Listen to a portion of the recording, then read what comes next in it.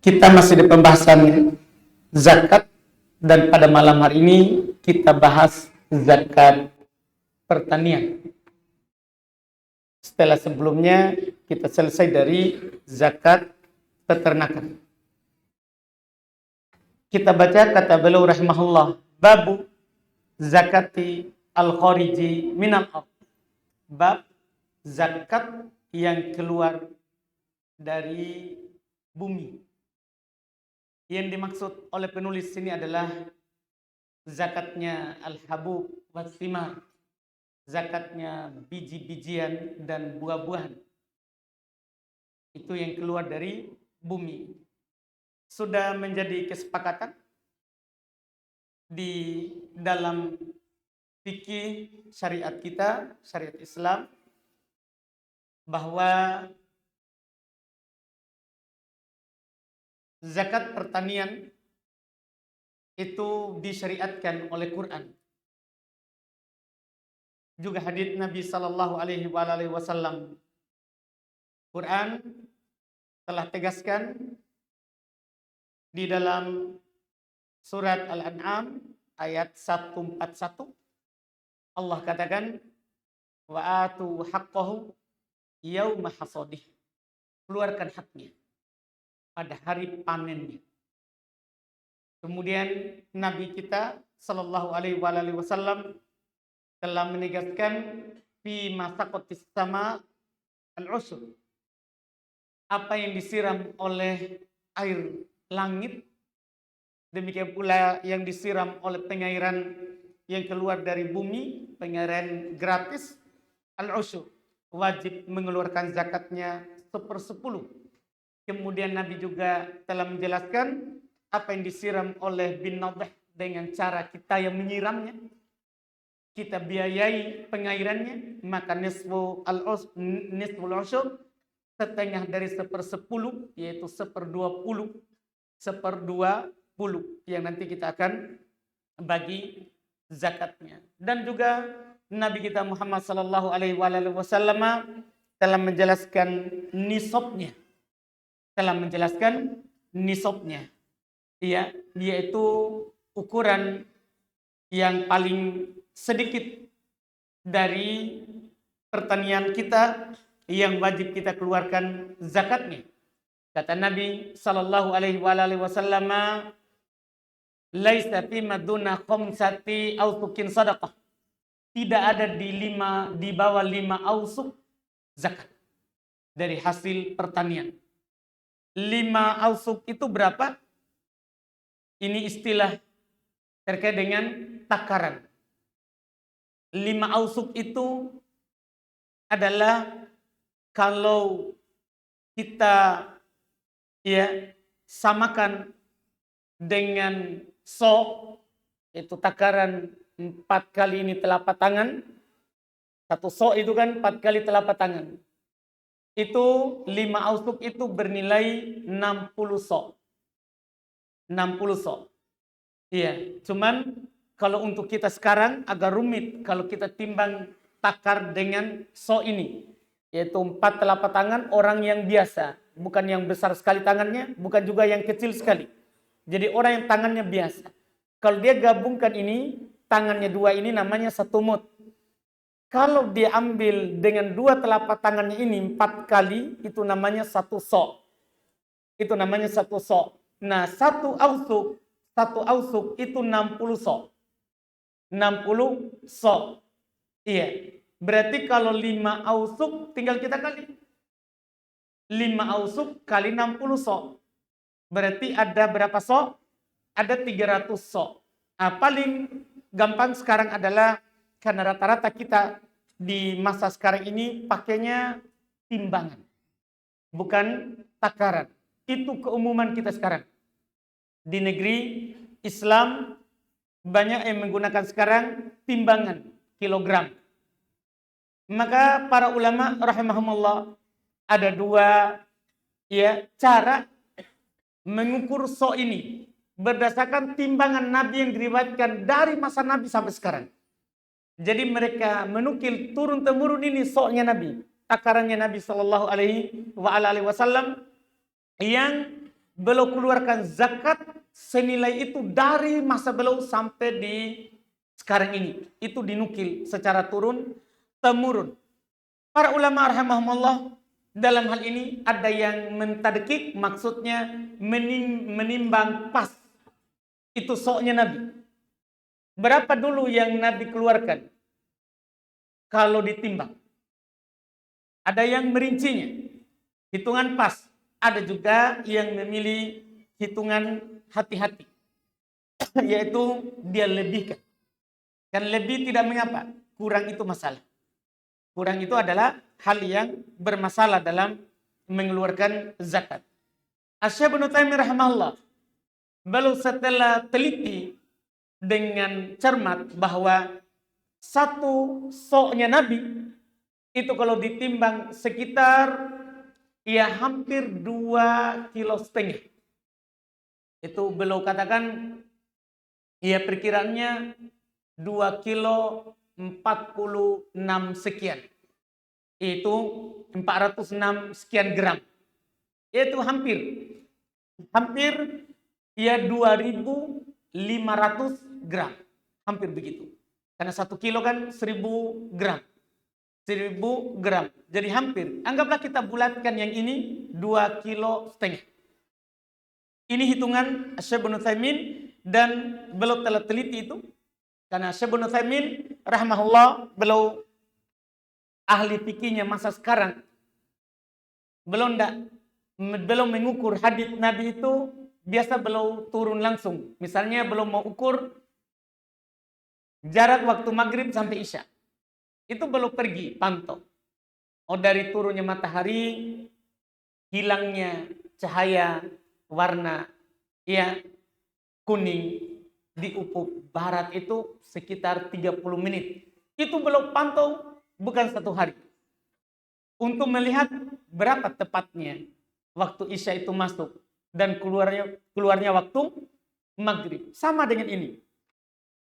Berdasarkan riwayat dari takarannya Nabi Shallallahu Alaihi Wasallam, maka belum menimbang itu hampir 2,5 kilo. Iya, 2.460 gram, begitu kilogram.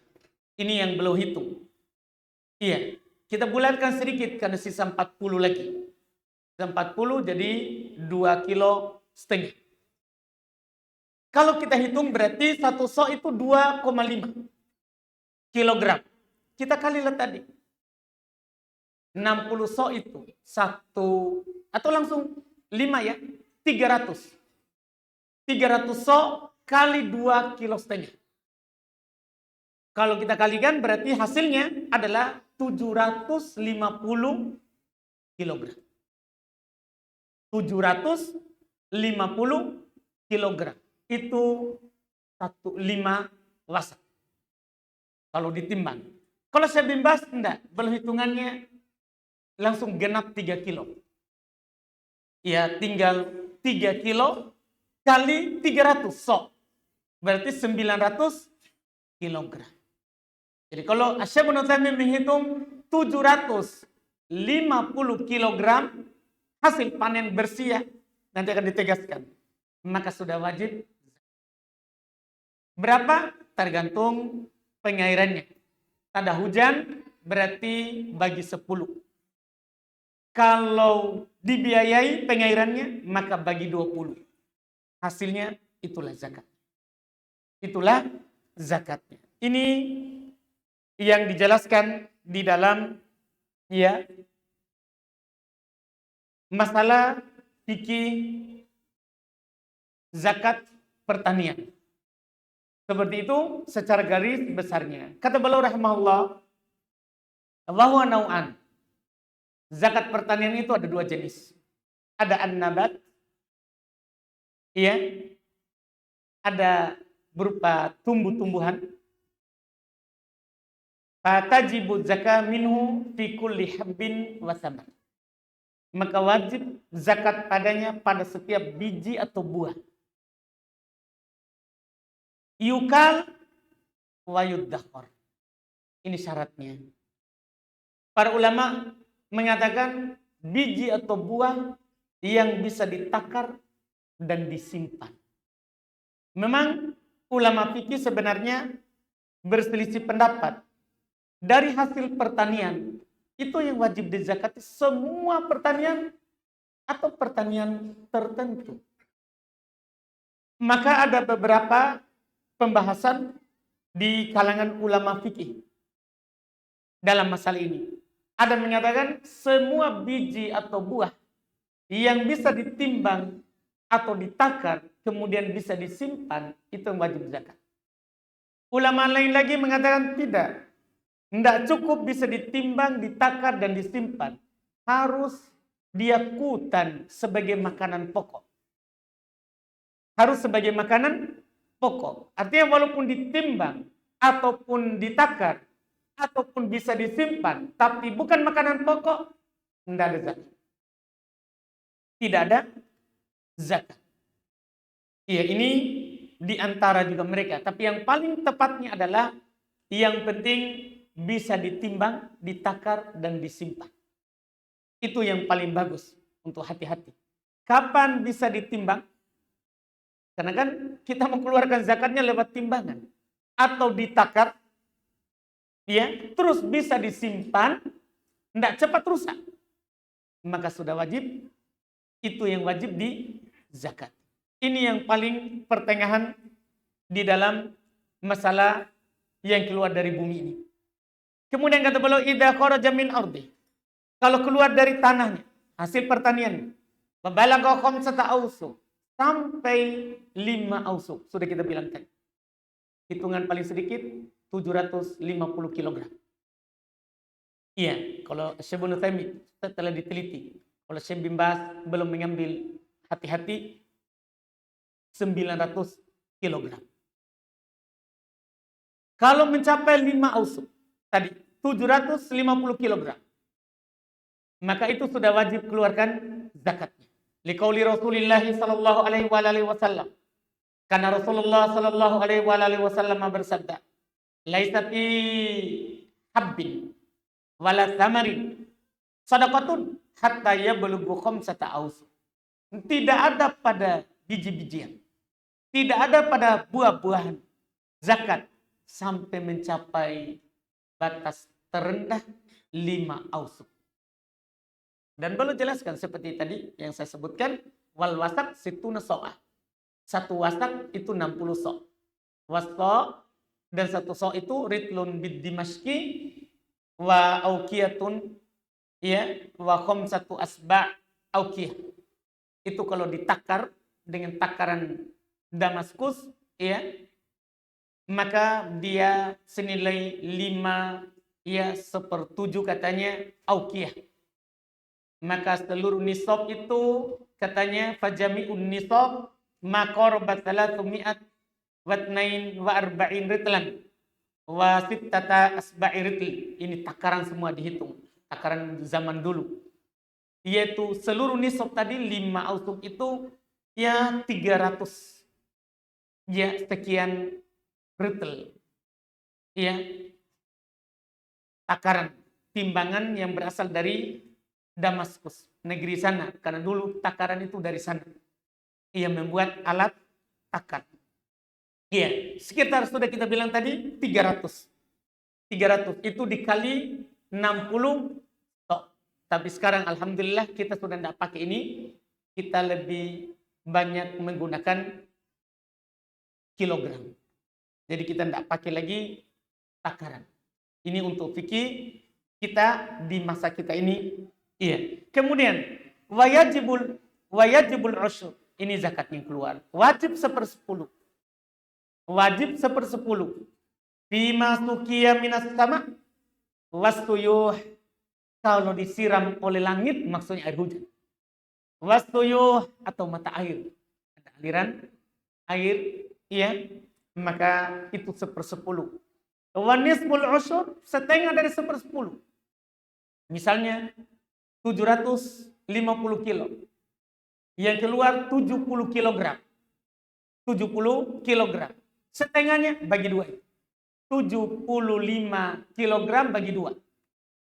maka itu zakat dari yang disiram ya oleh kulfa, kata beliau. Wa nisful usyur fi masukiya bi kulfah. Setengah dari 1/10 tadi apa yang disiram oleh kulfah yang pakai biaya. Yang pakai biaya. Kadawali wan nawadih, ini zaman dulu.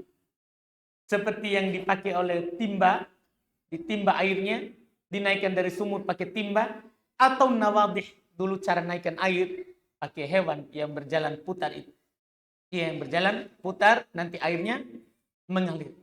Pokoknya kalau ada biaya, setengah dari 1/10. Kemudian kapan kita mulai keluarkan zakat? Awalnya. Sepakat kalau sudah kita panen, itu sudah keluar. Tapi boleh kita dahulukan. Boleh kita segerakan, walaupun belum panen. Kapan itu? Kata beliau, wa idza bada salahu fit zaman. Wa syaddal habb. Wajabatiz zakah. Masya Allah. Apabila sudah nampak kematangannya pada buah.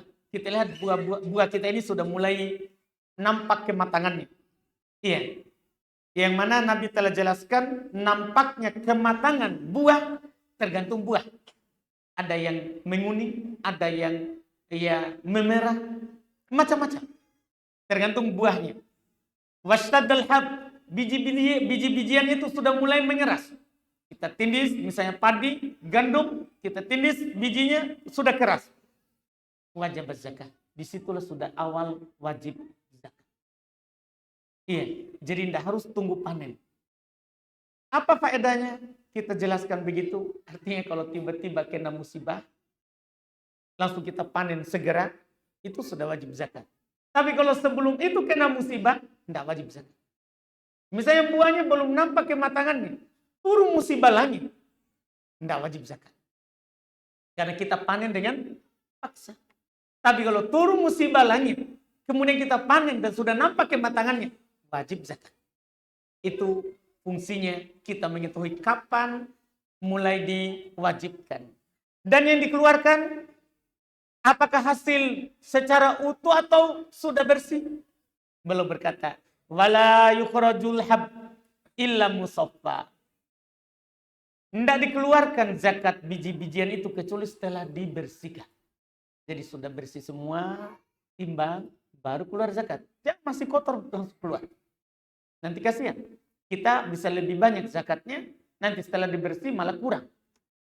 Walat tamar hatta ya bisa. Kalau buah-buahan tidak boleh dikeluarkan sampai dia mengering. Itu kalau yang dikasih keringnya, kan sebagian buah tidak dikasih kering. Sebagian buah tidak dikasih kering.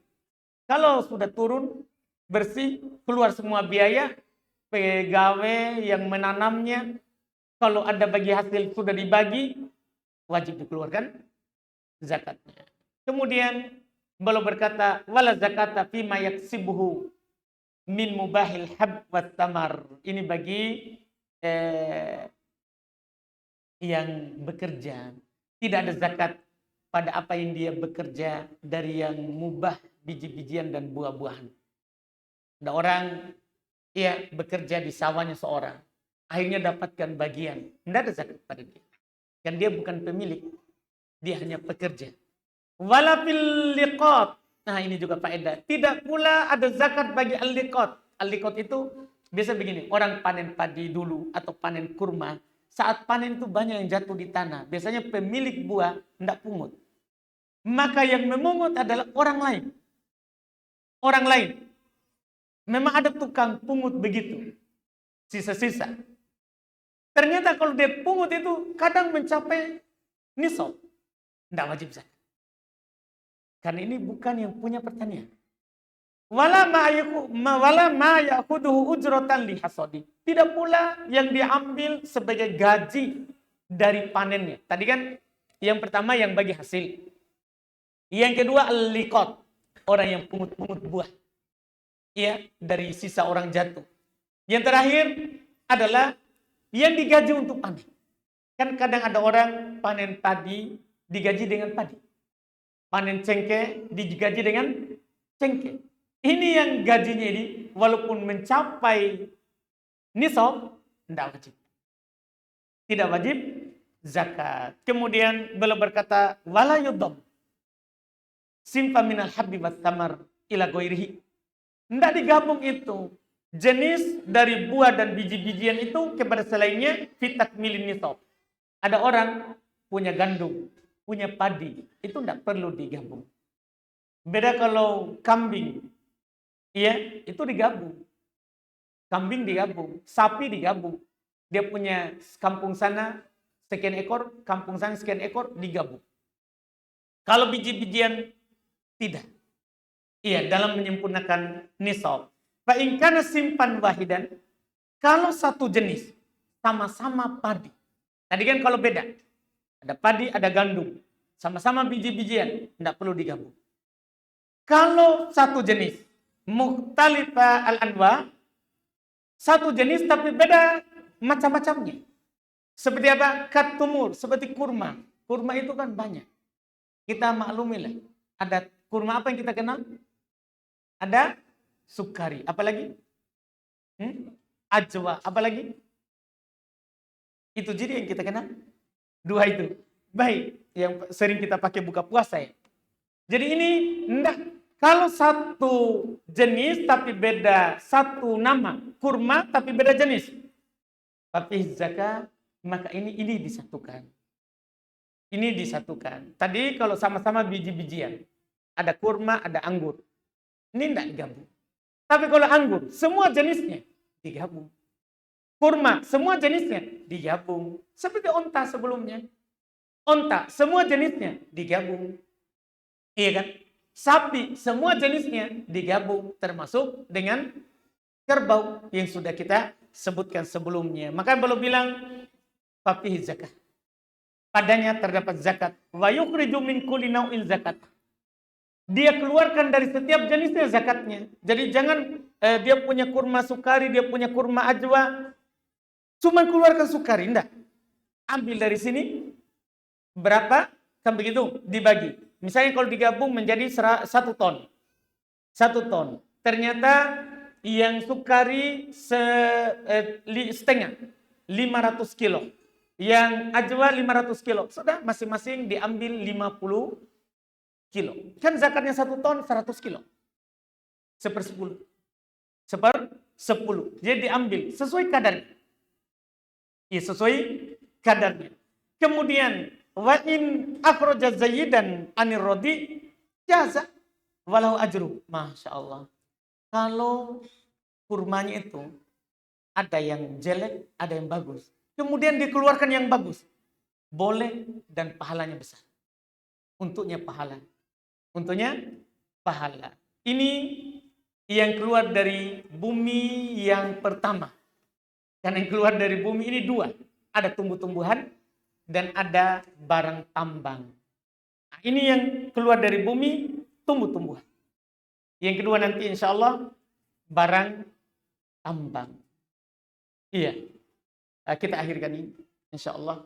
Barang tambang ini nanti mencakup apa saja? Emas, perak, itu tentunya yang lebih utama akan dibicarakan. Kita cukupkan dulu. Alhamdulillah. Kita lihat pertanyaan. Silakan Pak. Silakan Pak. Waalaikumsalam warahmatullahi wabarakatuh.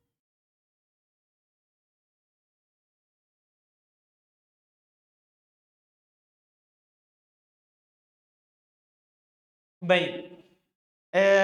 Zakat kata beliau zakat pertanian. Kita keluarkan hasilnya atau kita uangkan? Hasilnya. Zakat itu kalau pertanian yang dipanen. Kalau padi. Ia tidak boleh diuangkan. Seperti itu Pak. Sebagaimana kalau uang tidak boleh diberaskan. Tidak boleh. Berikan orang uang. Iya, tidak boleh supaya nanti dia beli rokok, itu urusannya. Kan kalau kita sudah kasih punyanya, kenapa kita pergi atur lagi belanjanya? Iya, pokoknya kita kasih. Zakat uang, kasih uang. Zakat uang, kasih uang. Iya, kecuali yang tidak bisa dipecah. Misalnya emas. Emas tak ada ya nisabnya. Kemudian tidak bisa kita ambil, tidak bisa kita potong, akan merusak. Maka ini boleh dikasih uang. yang sama sebabnya dengan emas, sama-sama harga.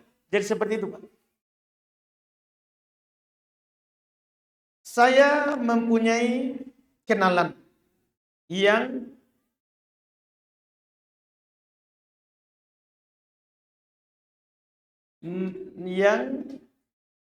yang istrinya, kita tahu ini, yang istrinya ini pernah selingkuh dan melakukan hal dan si istri ini pernah menghubungi selingkuhannya sekali tanpa sepengetahuan suami. Apakah saya boleh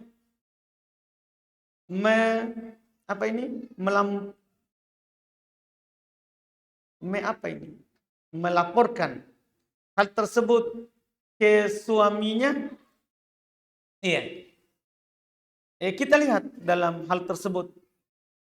Kalau kita melaporkan ini, apa nanti setelahnya yang akan terjadi? Sebelum itu, kita sebaiknya kalau akan berguna nasihat, kita nasihati dulu itu si perempuannya yang selingkuh tadi. Iya, tidak boleh kita seperti itu. Tidak boleh kita berselingkuh. Iya. Ini awalnya dulu, nasihat. Kalau tidak bisa, iya, maka boleh kita kasih tahu suaminya kalau memang itu membahayakan rumah tangganya nanti. Kalau terus seperti itu. Ujung-ujungnya nanti kita tahu bahwa kalau suaminya ini tahu, dia akan diceraikan. Iya, maka boleh kita kasih tahu. Tapi mimbabin nasihat. Niat kita adalah memperbaiki, bukan membuat dia berpisah. Boleh. Setelah itu, suaminya boleh menempuh 3 tahap yang disebutkan di Quran. Kalau dikhawatirkan istri itu durhaka, dalam hal ini kan durhaka, maka Allah katakan fa'iduhunna. Nasihati dulu dia dengan baik. Itu bagi suami. Iya. Kalau tidak mempan, wahjuruhunna fil madhaji.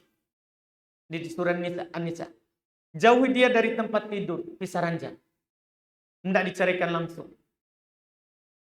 Kalau juga tidak mempan, wadribuhunna. Pukul mereka. Pukul dia. Boleh dipukul. Kalau tidak mempan juga, itu baru kita cerai. Yaitu imsakun bima'ruf atau tasrihun bi'ihsan. Kita pegang dengan baik atau kita ceraikan dengan baik. Itu yang kita lakukan sebagai suami nantinya kalau dia sudah tahu. Wallahualam. Bismillah, Ustaz, setiap kali ana ingin menghafal buku tematan merasa sulit untuk menghafalnya. Padahal ana sudah sering kali banyak membaca, namun tetap susah melengket. Mohon tipsnya Ustaz. Iya. Banyak saja kita baca. Iya, banyak saja kita membaca atau menulis. Insya Allah nanti itu terhafal. Walaupun hafalan dengan banyak membaca seperti itu, banyak mengulangnya tidak dirasa secara langsung. Tapi nanti kalau ada kejadian itu muncul yang kita pernah baca. Kalau sering kita baca. Atau yang kita tulis. Yang kita tulis. Itu akan muncul nanti. Walaupun bahkan itu akan lebih lama hilang. Kadang yang kita pernah baca bertahun-tahun lalu, itu muncul kalau ada kejadian. Itu dia. Kalau ada kejadian. Beda kalau yang kita hafal. Yang kita hafal itu tentunya beda. Iya, dia bisa muncul, bisa juga tidak muncul. Dan hafalan itu pengkhianat. Iya, karena kita butuh, dia tidak mau keluar. Dia tidak mau keluar. Tapi kalau yang kita tulis atau yang kita pernah baca dengan sering, itu akan muncul kalau ada kejadiannya. Itu wallahualam. Jadi kalau kita dari dulu sudah ada ulama seperti itu. Mereka kalau tidak mampu menghafal, mereka tulis. Mereka baca dari kertas. Mereka baca dari bukunya. Hukum memakan beras.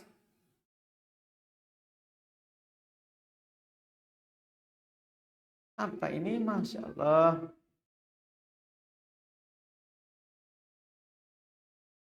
Beras apa ini?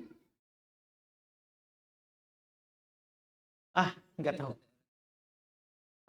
Kenapa, Pak? Apa kita bilang itu?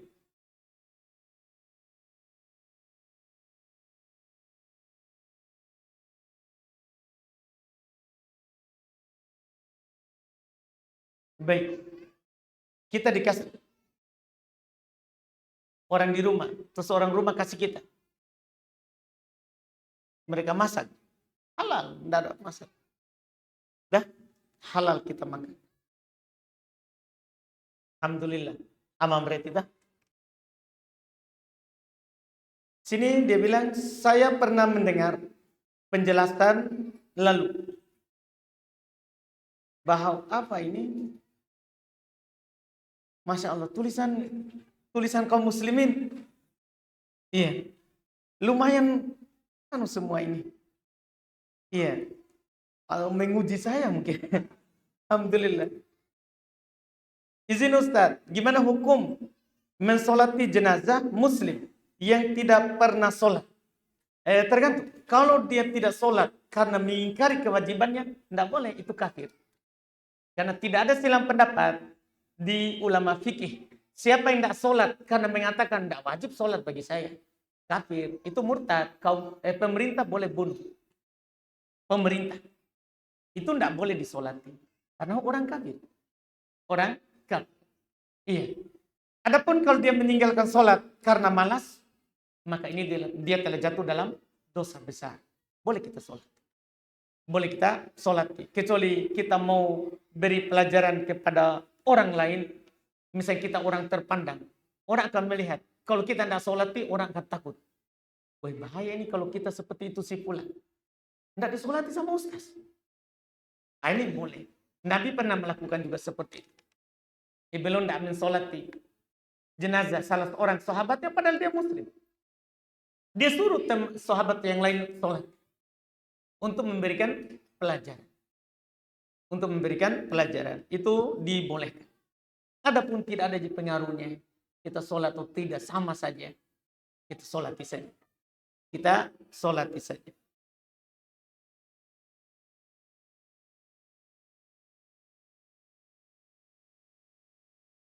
Apakah berdosa apabila saya menyukai salah satu dari yang dipilih atau pengen dia menjadi pemimpin? Tidak berdosa kalau kita hanya menyukai. Tidak ada dosanya. Tidak ada dosa kalau kita menyukai muslim. Tidak ada dosa. Tidak berdosa. Kalau kita bertanya kan menyukai. Keutamaan kita makan lagi. Keraton. Ya. Bagaimana kalau kayak lagi Saya enggak gali hatinya, Pak. Kan saya cuma jawab yang dia tanya. Dia cuma bilang dia menyukai salah satu dari calon presiden. Alhamdulillah. Selama dia muslim, kita suka semua. Kita suka semua. Itu kan kalau suka. Bertanya suka. Jadi kita bilang, enggak apa-apa. Kenapa kita enggak bolehkan suka orang muslim? Iya. Yang masalah itu kalau kita suka orang kafir. Itu masalah. Iya. Kalau kita suka muslim, alhamdulillah. Mencintai muslim itu adalah bagian dari keimanan kita. Benarnya keimanan. Keutamaan membaca surat Al-Mulk di malam hari sebagai penyelamat dari azab kubur. Apakah boleh dibaca selepas sholat isya? Ataukah nanti sebelum tidur? Itu doa tidur. Tidak harus. Boleh setelah sholat isya. Sudah boleh kita mulai membacanya.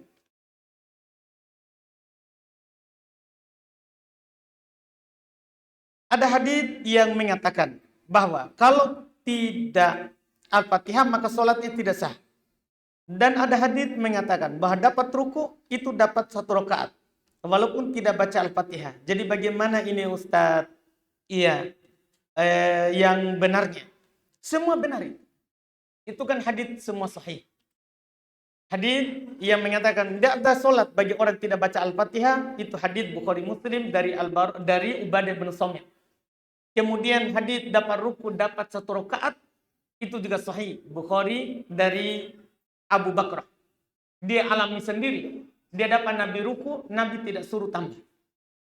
Nabi tidak suruh tambah. Iya, jadi itu beda kejadian. Kalau kita dapat berdiri, tidak ada sholat. Tapi kalau kita dapat ruku, dapat 1 rakaat. Semuanya bisa diamalkan tergantung keadaan. Kalau kita masuk, dapat imam, sedang berdiri. Kita takbir bersama imam. Tapi kita tidak baca Al-Fatihah, kita menghayal. Kita menghayal, tidak baca Al-Fatihah. Tidak ada sholat kita. Harus ganti rakaatnya.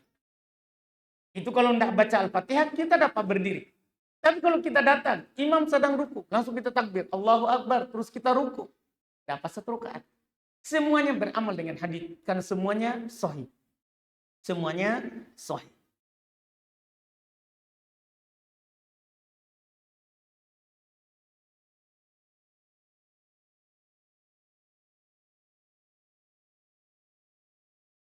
Ustadz, saya mau bertanya.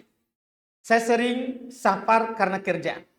Yang saya mau tanyakan, bagaimana cara melaksanakan sholat yang dijamak atau yang dikodok? Mungkin bukan kodok ya, kosor. Mungkin, tapi nanti kita lihat. Jadi kalau jamak, orang kalau musafir itu boleh menjamak duhur asar, maghrib isya. Itu duhur 2, asar 2, maghrib 3, isya 2. Itu namanya jamak qasar. Dan cara menjamaknya boleh takdim, boleh takhir. Takdim itu maksudnya dia sholat di waktu duhur, sholat duhur, kemudian dia majukan asar. Dan boleh takhir. Takhir itu dia sholat duhur di waktu asar. Duhur dulu baru asar. Boleh. Boleh takdim, boleh takhir. Demikian pula maghrib. Itu boleh dilakukan selama dia musafir. Kalau kodok ini kan masalah dia luput dari sholat, itu dibilang kodok. Bagaimana kalau saya pernah sholat maghrib, setelah itu bagaimana mengerjakan sholat isya? Dan bagaimana pula bila saya sholat berjamaah isya, bagaimana saya melaksanakan sholat maghribnya? Baik, kalau kita sholat berjamaah maghrib, itu tak masalah. Ikut imam 3 rakaat, setelah salam, kita juga salam, baru nanti berdiri sholat isya 2 rakaat. Sholat isya 2 rakaat. Adapun kalau kita dapat isya, ini yang bermasalah. Karena kita beda jumlah rakaat. Sementara sholat tidak boleh dibalik. Tidak boleh dibalik itu. Isya dulu baru maghrib. Tidak boleh. Maka jalan keluarnya dalam masalah ini adalah kita musafir. Tidak wajib berjamaah bersama mungkin. Daripada kita bermasalah, lebih baik tunggu dia selesai sholat, ya, baru kita sholat maghrib 3, isya 2.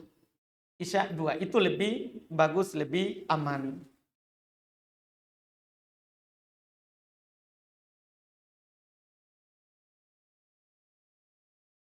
Ini sudah 3 pekan sebenarnya, ini banyak sekali pertanyaan tentang pemilu.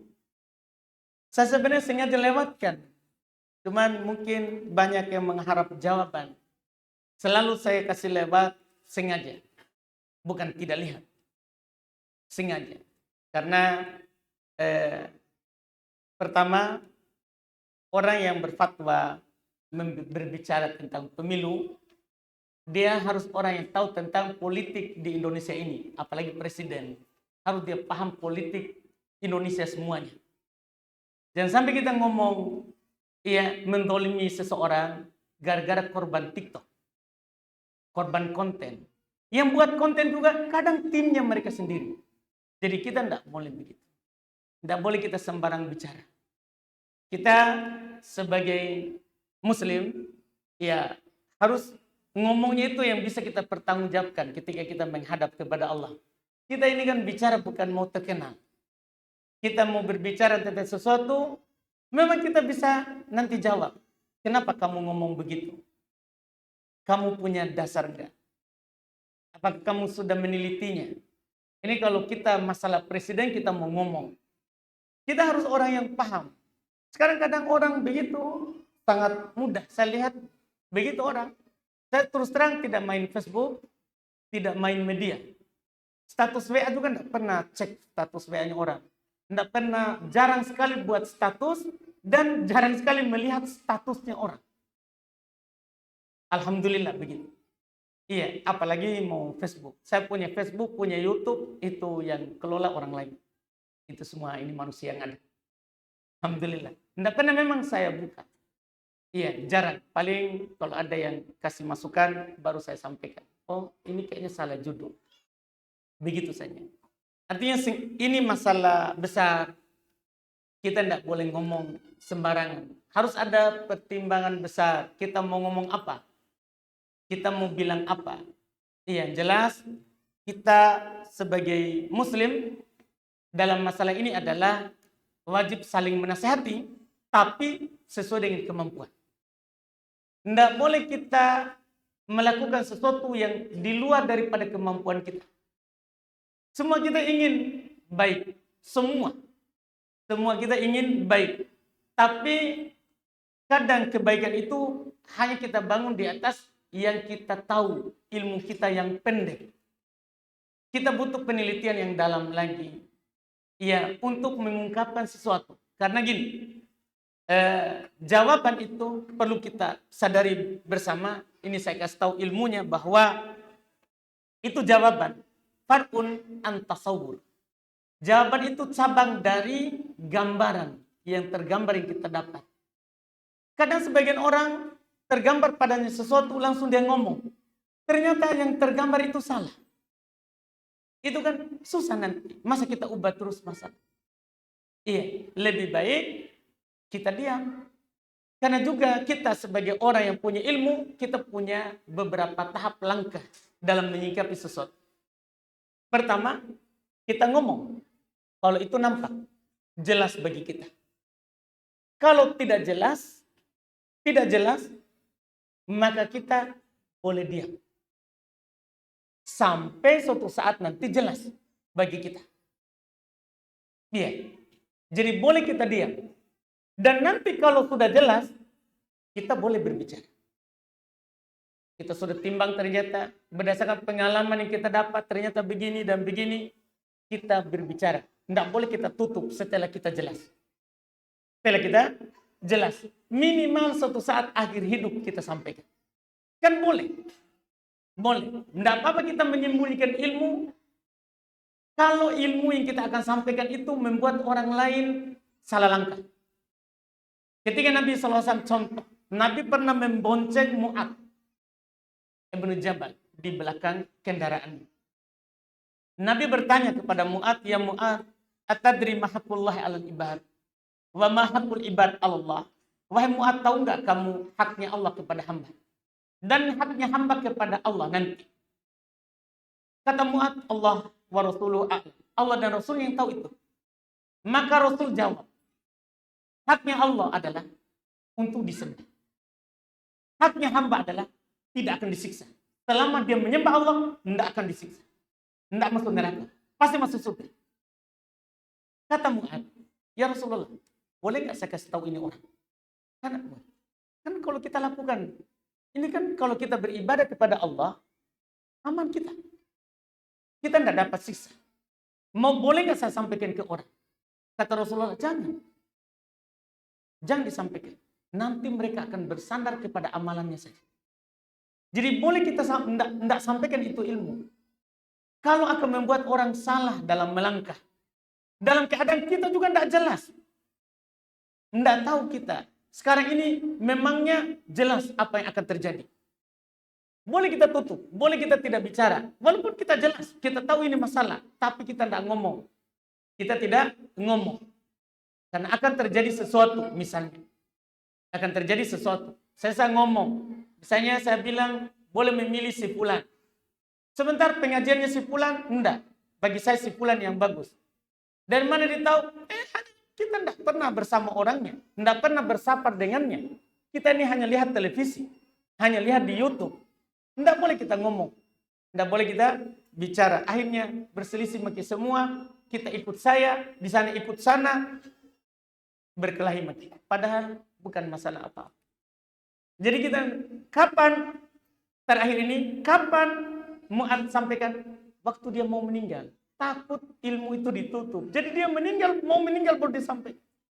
Hadis tadi. Ini masalah ini. Jadi sengaja, mohon maaf, memang sengaja saya kasih lewat. Kenapa? Itu tadi. Kita tidak mau ngomong hal yang gambarannya itu kurang.